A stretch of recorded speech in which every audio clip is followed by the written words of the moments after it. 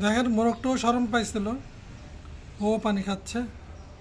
মানে অনেক খিদা আছে ওদের ভিতরে, দেখেন গা ভিজাচ্ছে। দুইজনে পানি খাচ্ছে। এখন নিচ থেকে খাবার আনতে হবে। দেখেন অনেক শরম পাচ্ছে, এর জন্য তখন খাচ্ছিল না পানিটা, এখন পানি খাইতেছে দুইজনেই। বুঝতে পারছেন আপনারা কি পরিমাণ গরম পড়ছে? কখন থেকে পানি খাইতেছে, শরীরে পালাচ্ছে পানি।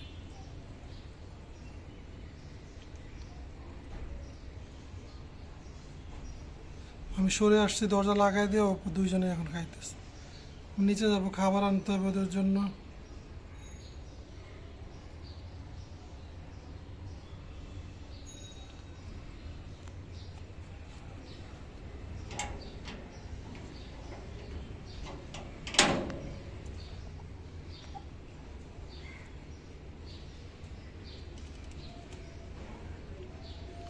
উফ, প্রচুর গরম, আমি নিজেই সিদ্ধ হয়ে